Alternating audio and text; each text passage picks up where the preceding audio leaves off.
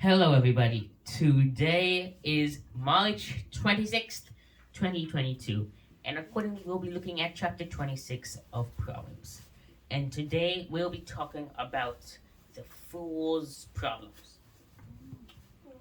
As snow in summer and rain in harvest, so honor is not fitting for a fool. So, sisters, should you have snow in summer? No. Should you have rain when you harvest? No. Everything will be soggy. And should you give honor to a fool? No. Accordingly, a fool does not deserve honor, he does not work for the honor, and he will do nothing but waste his honor. And he will eventually diminish it. What is diminishing? Make it smaller.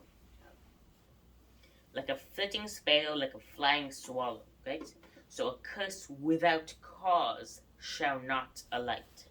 Meaning, if I curse Nagaya for no good reason, then the curse will not activate, will not be enacted. A whip for the horse, a bridle for the donkey, and a rod for the fool's back. So sisters, why do we whip the horse? To make it go faster. Why do we put a bridle on the donkey? To make it go faster. And why? Do its job, right? Yeah. And why do we use a rod on a fool's back? Make it do its job. To make it do its job. Do not answer a fool according to his folly, lest you also be like him. Because if you also become fool, he's foolish, right? So if you answer him in foolishness, you will also become a fool. Answer a fool according to his folly, meaning also show him how foolish his words are. Otherwise, he'll be wise in his own eyes. He'll think he's the greatest and the best. Any questions, sisters? No.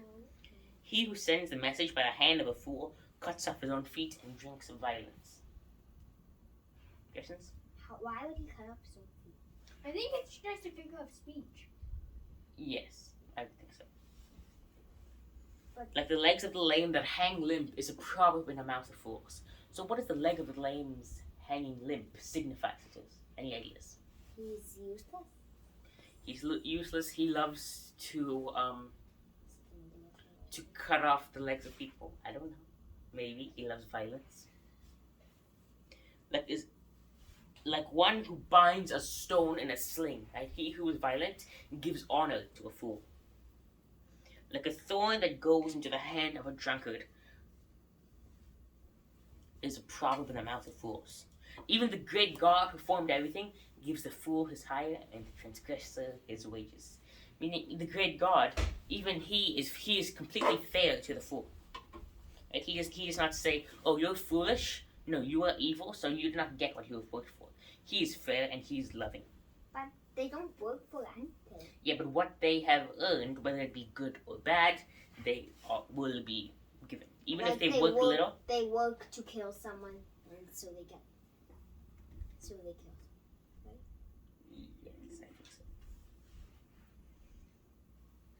As a dog returns to his own vomit, so a fool repeats his folly. Do you see a man wise in his own eyes? Right? There's more hope for a fool than for him. A lazy man says there is a lion in the road, a fierce lion in the streets. As the door turns on its hinges, so does the lazy man on his bed. He buries his hand in the bowl, and it wearies him to bring it back to his mouth. Is that how lazy he is? The lazy man is wiser in his own eyes than 7 men who can answer sensibly. He who passes by and meddles in a quarrel not his own, meaning he who let's say Naraya and Naomi and Nia are fighting, and Naomi interferes, right? You're like one who takes a dog by the ears. Like instead of by the leash, takes it by the ears. They will hurt the dog. Yes, you're only hurting the quarrel. You're not resolving it. Like a madman who throws firebrands, arrows, and death. I'm sorry. Is the man who deceives and tricks his neighbor and says, "I was only joking." Where there is no wood, the fire goes out, and where there is no talebearer, strife ceases. Any questions, sisters? No. So you need wood for fire. Right? What is the fuel to the fire? What's a talebearer? Someone who is like a gossiper who tells stories. Right? Oh, did you hear? Nia doesn't like that. Nia hit this person, right? Like a talebearer. So if there's no talebearer, there's no fuel to the fire and there's no strength. As charcoal is to burning coals and wood to fire, so is a contentious man to kindle strife. The words of a talebearer are like tasty trifles, and they go down to the inmost body. Fervent lips with a wicked heart are like earthenware covered with silver dross. What's fervent? I'm not sure, actually. Anyone know? Wicked stuff. You think? Good lips. Good lips. Beautiful lips. He who hates disguises it with his lips and lays up deceit, not within others, but within himself. He deceives himself. When he speaks kindly, do not believe him, for there are 7 abominations in his heart. Yes. Why 7? I think Because 7 is God's number. Though his hatred is covered by deceit, right, in himself and when he speaks, his wickedness will be revealed before everyone, before the assembly. What is the assembly? Who is the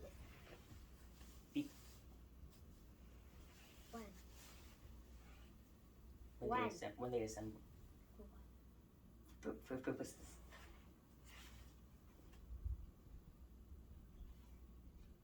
Any questions? What purpose? Various purposes. What do they assemble for? I don't know. Whoever digs a pit will fall into it. So if you dig a pit, if I'm digging a pit, right, for me to fall into and die, I will fall into it. And he who rolls a stone on Nia, or on someone, will have to roll back on him. A lying tongue hates those who are crushed by it, and a flattering mouth works ruin. So if you flatter, if you keep saying nice things to someone but you don't really mean it, just to make them like you, that works ruin. Any questions, sisters, before we end? No. Thank you, sisters. I'll see you next week.